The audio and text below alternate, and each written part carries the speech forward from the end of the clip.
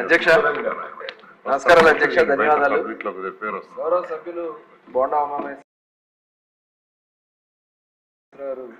అడిగినటువంటి ప్రశ్న అధ్యక్ష నమస్కారాలు అధ్యక్ష, ధన్యవాదాలు.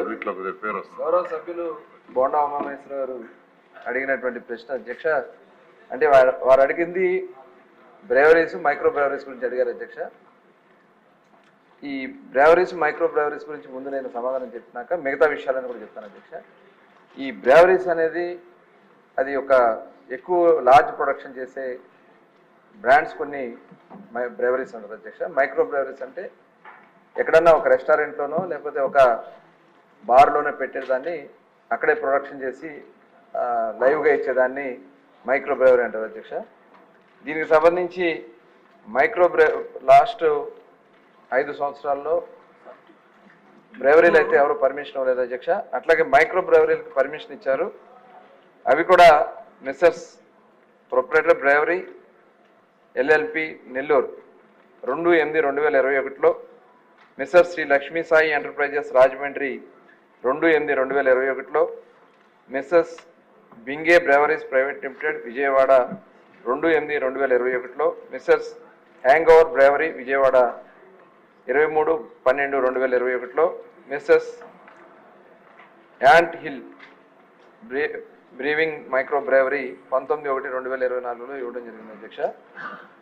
అలాగే లైసెన్స్ జారీ చేయడంలో ఏవైనా మార్గదర్శకాలు ఉల్లంఘనలో గుర్తించడం అయిందా అని అడిగారు అధ్యక్ష.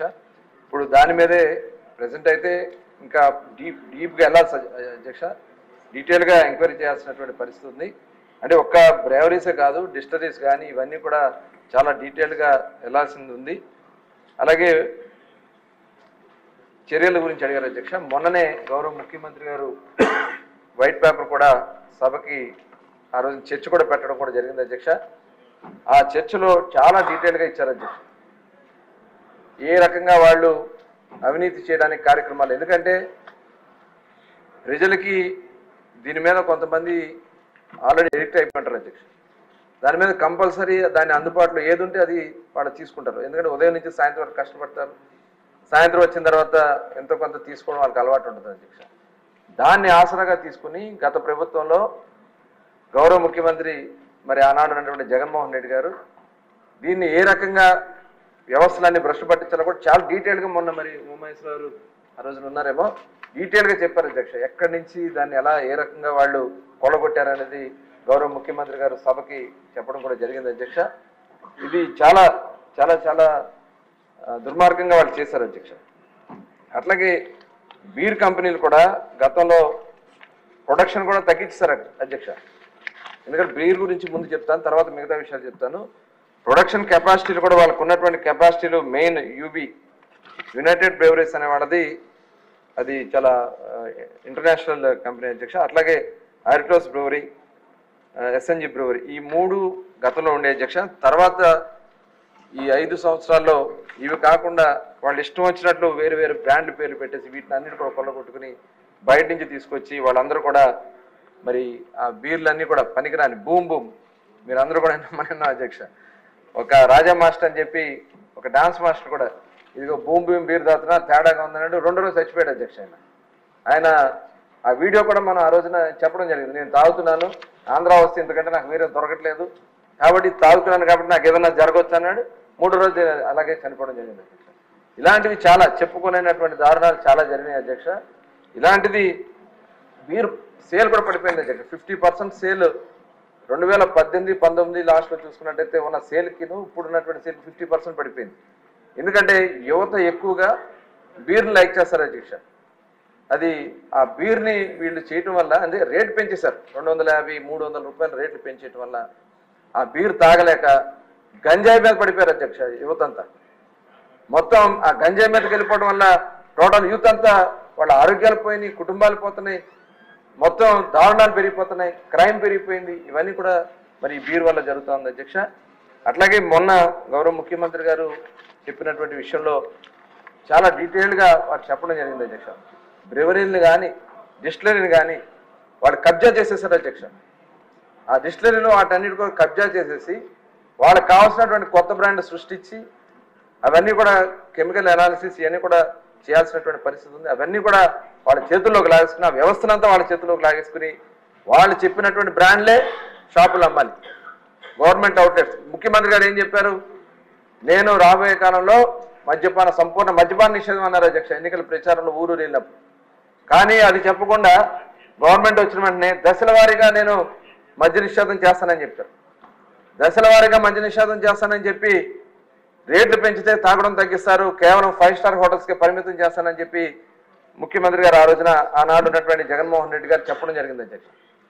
కానీ ఎక్కడ కూడా షాపులు తగ్గల, రేట్లు పెంచేశారు, ఇష్టారాజ్యంగా రేట్లు పెంచేశారు.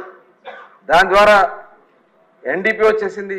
అది తాగలేక ప్రజలు ఏం చేశారంటే వేరు వేరు బ్రాండ్లు తాగలేక ఇల్సిట్ లిక్కర్కో లేదంటే పక్కన ఉన్నటువంటి తెలంగాణ నుంచి కానీ కర్ణాటక నుంచి కానీ వచ్చే బ్రాండ్లు వాళ్ళు తాగడం. ఎందుకంటే ఇక్కడ ఆ బ్రాండ్లు దొరకట్లేదు కాబట్టి వాటి మీద పడిపోయారు అధ్యక్ష అందరూ. దానివల్ల మన ఆదాయం కోల్పోయాం, ప్రజల ఆరోగ్యం కోల్పోయారు.